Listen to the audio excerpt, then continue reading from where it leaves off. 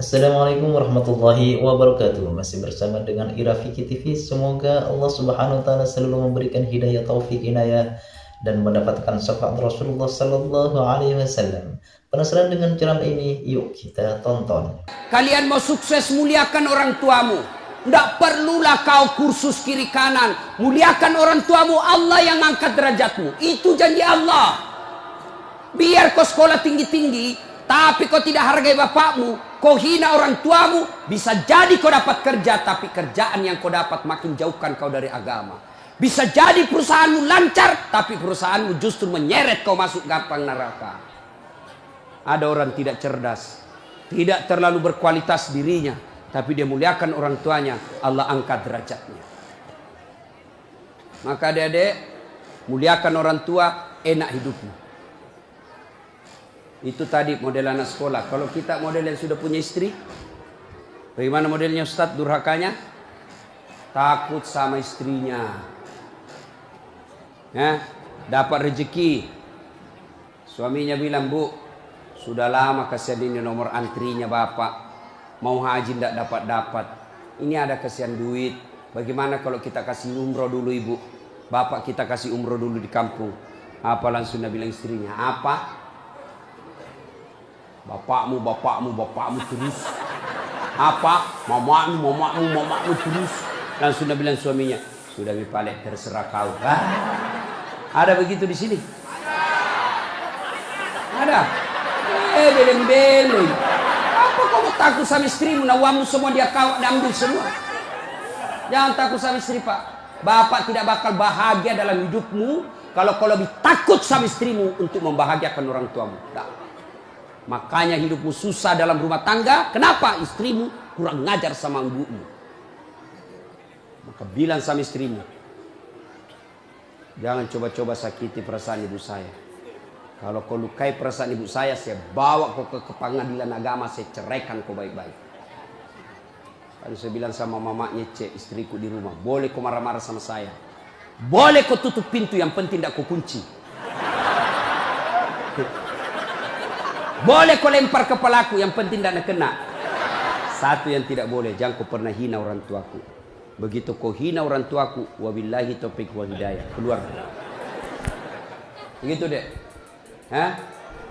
Ada di sini takut sama istri? Jangan, Pak. Itu yang membuat ibu juga kalau mau bahagia rumah tanggamu, muliakan mertuamu. Datang mertuamu dari kampung, dari Sulawesi Selatan, hormati. Jangan baru duduk mertua dia bilang, kapan ki pulang, Mak? Bawa ini, kasihan itu orang tua kalau dari kampung naik dari Parepare, turun di pelabuhan barang, bawa ayam 3 ekor, lepas di terminal 1, nah kejar lagi tuh, bawa pisang, bawa beras, bawa semua dia bawa, kasihan. Padahal anaknya sudah ada kerjanya di papan, dia bawakan itu. Begitu cintanya orang tua kepada anak. Jadi wajar kalau ibu bapak kurang ajar, tidak akan mendapat berkah dalam hidup. Muliakan orang tua ya. Kalau ada yang tanya-tanya, kenapa hidupku susah selama ini? Tidak usah tanya jalan lain. Durhaka sama orang tua. Orang tuaku sudah meninggal, Ustaz. Cara berbuat baiknya. 1, doakan. Allahumma gfirli wali walidayya warhamhuma kama rabbayani. Saya heran lihat-lihat kita.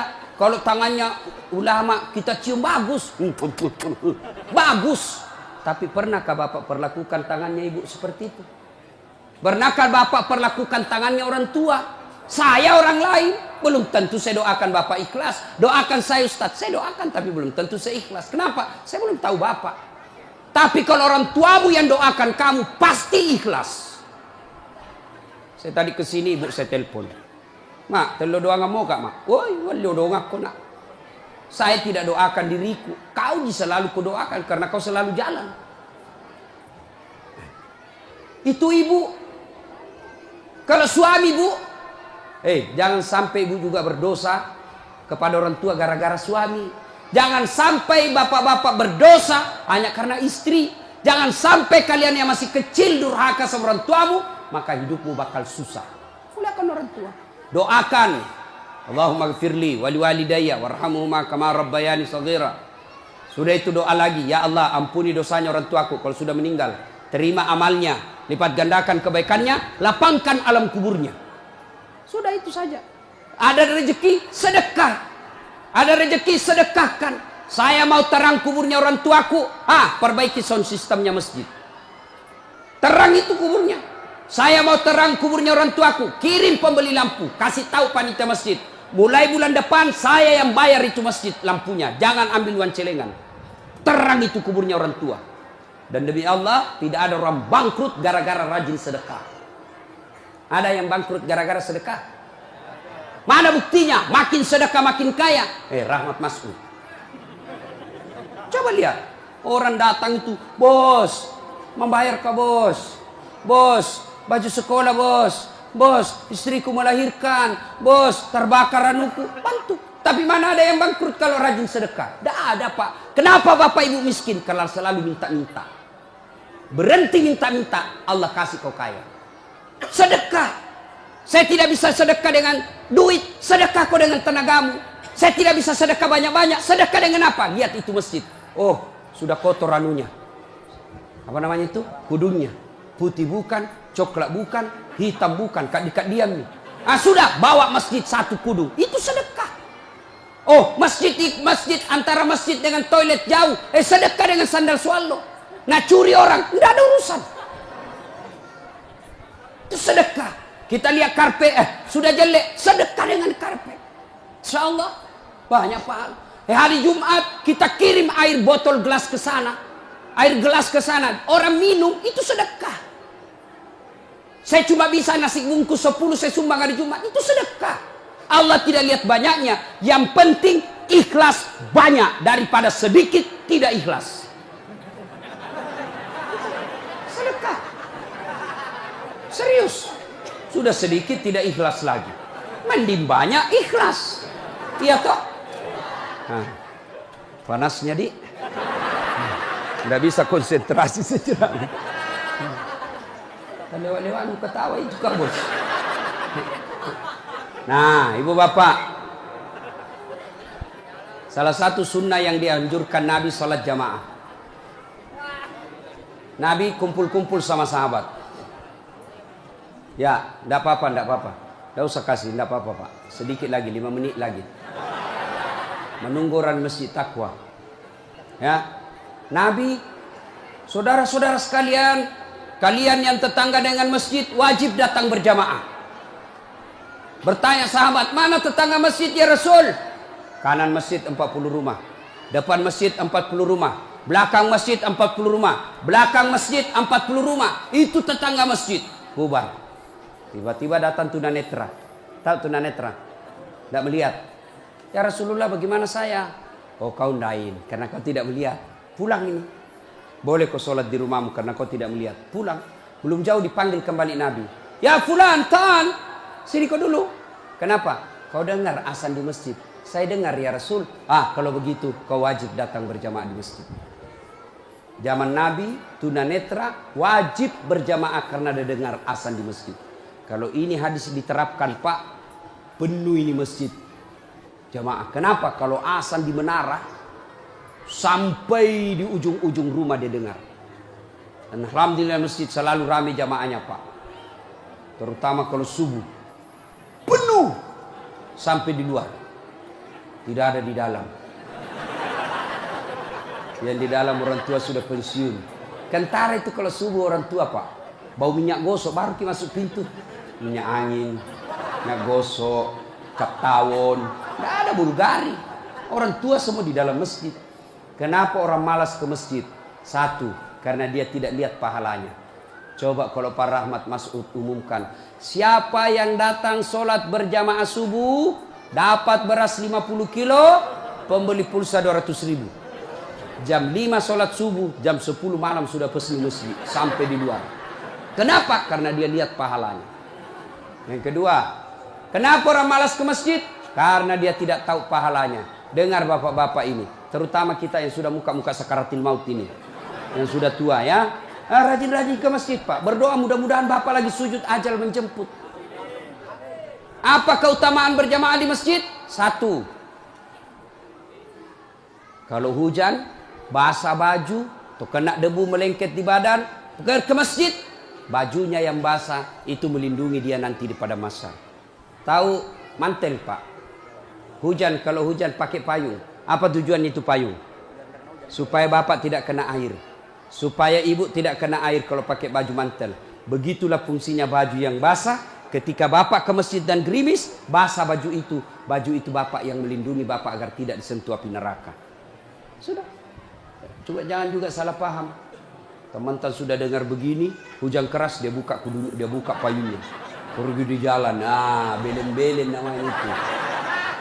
Ya. Apalagi keutamaan berjamaah di masjid. Kata Nabi, kalau kau wudhu dulu, lalu kau datang ke masjid, langkah-langkah kakimu adalah jihad fisabilillah. Melangkah kaki kanan, 1 pahala dicatat. Melangkah kaki kiri, gugur dosa kecil.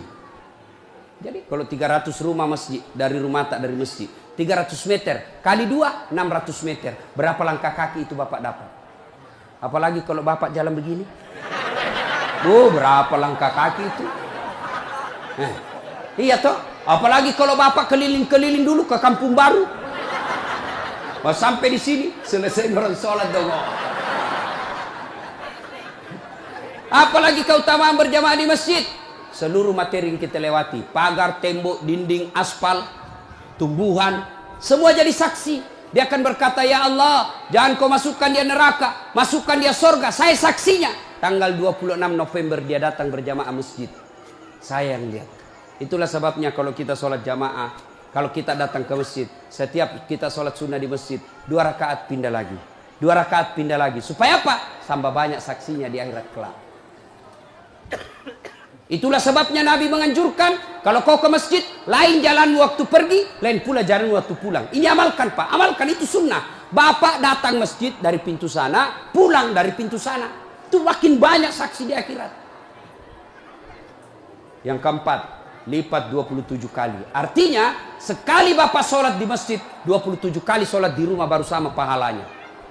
Apalagi kalau di masjid ada disebut doa bersama. Mungkin di rumah bapak susah sholat, mungkin di rumah banyak godaan, mungkin di rumah ibu bingung. Ini saya sudah tahiyat atau belum? Ini sudah 2 atau 3? Ini apa? Kalau di masjid aman, tidak ada kecemasan seperti itu.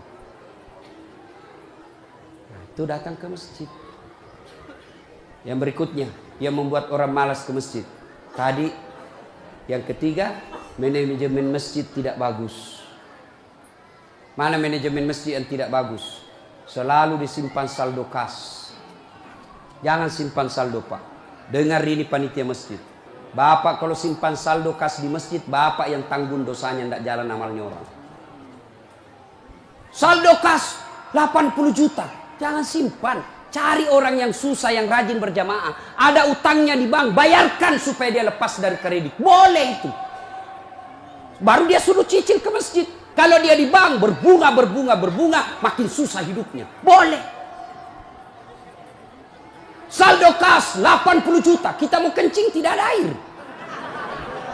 Kerannya rusak-rusak. Simpan, jangan. Berhenti jadi panitia kalau bapak tidak bisa urus masjid. Yang sudah tua mundurlah. Kasih anak muda. Ini masjid bukan perusahaan punya. Begitukah di sini? Hah? Jangan marah Pak. Siapa suruh kau panggil Kak? Semau kok. Demi Allah Pak, bapak tanggung kalau amalnya orang tidak jalan. Bapak coba kalau itu uang cuma 100.000, tapi diberikan keran, maka selama keran itu berputar, selama itu orang yang punya uang dapat pahala. Tapi kalau dia cuma di bank disimpan, tidak jalan amalnya. Belikan dispenser, belikan kopi, tidak apa-apa, boleh. Jangan ditulis di masjid, dilarang tidur. Siapa yang larang tidur di masjid? Tidak ada dalilnya. Ayo, bapak pernah ke tanah suci di Madinah, pernah ke Mekah, ada tidak ditulis dilarang tidur? Tidak Pak. Barangkali ada orang tidak bisa tidur di rumahnya, dia datang ke masjid supaya bisa tidur. Itu memang boleh. Yang tidak boleh, ngiler. Maka kalau kau mau tidur di masjid, bawa kau bantal. Kalau tidak bisa kau gelisah kau di rumahmu, bertengkar kau sama istrimu, istrimu ngomel terus. Maka dia bilang, jangan kau pulang, merdeka. Bodoh itu istri sekarang kalau nak bilang sama suami, jangan kau pulang. Oh, gembirai. Langsung nak bilang pacarnya, sini kau sayang, di rumah aku kau tidur, kulayani kau dengan baik. Sudah. Jangan ditulis, jangan bawa anak-anak berisik. Bersyukur kalau masih ada anak-anak berisik di masjid. Kalau tidak ada anak-anak berisik di masjid, maka tidak ada lagi nanti yang mau datang di masjid.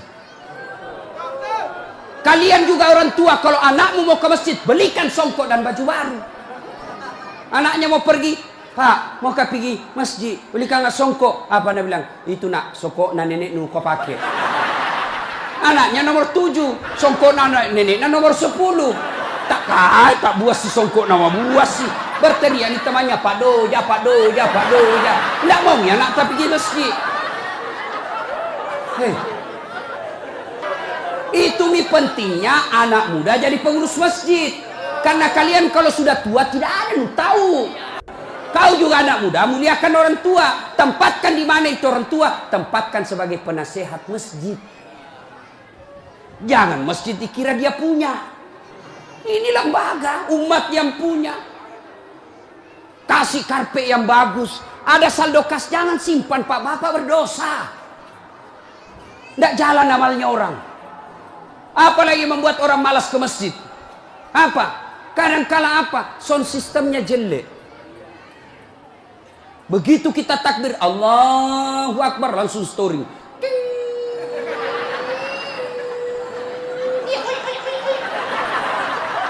Mau ki perbaiki, sudah maki takbir, terpaksa si tahan maki.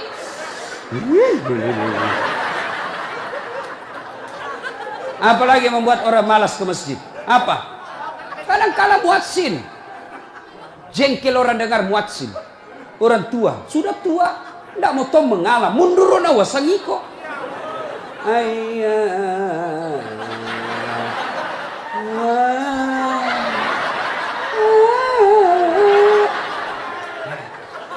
Nah mudah dari iya siro tomato, iya siro.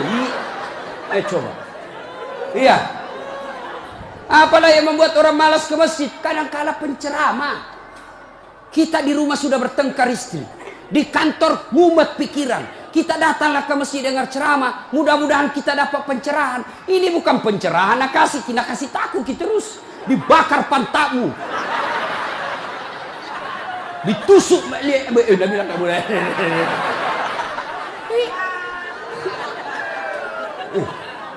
Iya. Apalagi yang kasih malas orang ke masjid. Kadang-kala apa? Imam.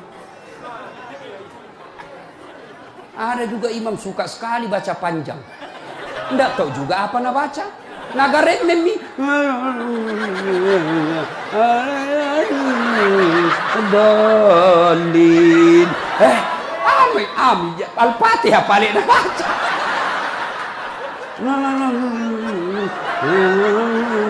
Dalin.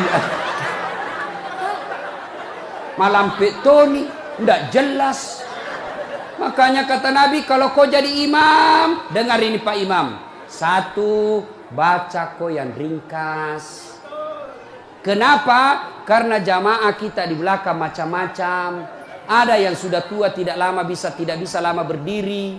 Ada anak muda yang baru datang, tidak senang yang lama-lama. Pulang di masjid, enak sembahyang di masjid. Ampun Ma Ustaz. Kenapa? Dia bilang itu masjid aliran sesat. Kenapa aliran sesat? Dari sembahyang subuh 3 rakaat. Bukan 3 rakaat, sujud tilawah nama itu dong. Makanya tuh imam sebelum kau takbir jelaskan dulu jamaahmu. Adik-adik, ini kita sujud tilawah. Sunnah malam Jumat membaca surah As-Sajdah. Pada rakaat kesekian kita harus sujud. Ini bukan 3 rakaat, tapi karena Allah perintah ayat itu dibaca sujud. Jelaskan. Yang sulit, aliran apa ini? Kenapa 3 rakaat? Enggak, kau yang dongo.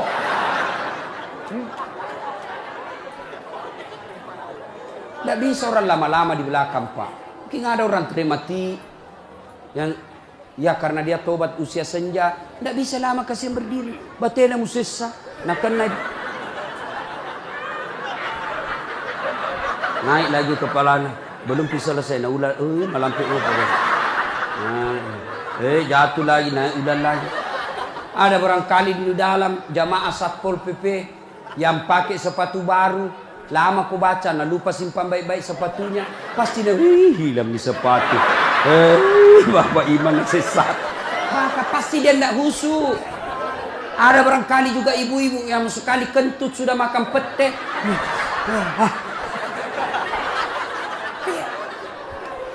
Ya. Yang kedua kata Nabi, kalau kau jadi imam, baca yang umumnya orang hafal. Tujuannya apa Ustaz? Satu, supaya jamaah ikut kalau dia hafal.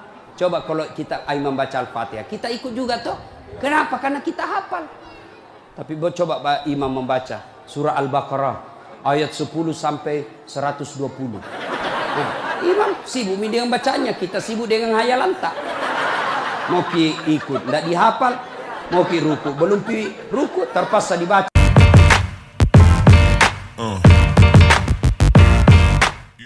Alhamdulillah sudah menonton ceramah ini. Semoga ilmu yang didapat barokah dan bermanfaat. Amin Allahumma amin. Sekian, terima kasih. Assalamualaikum warahmatullahi wabarakatuh.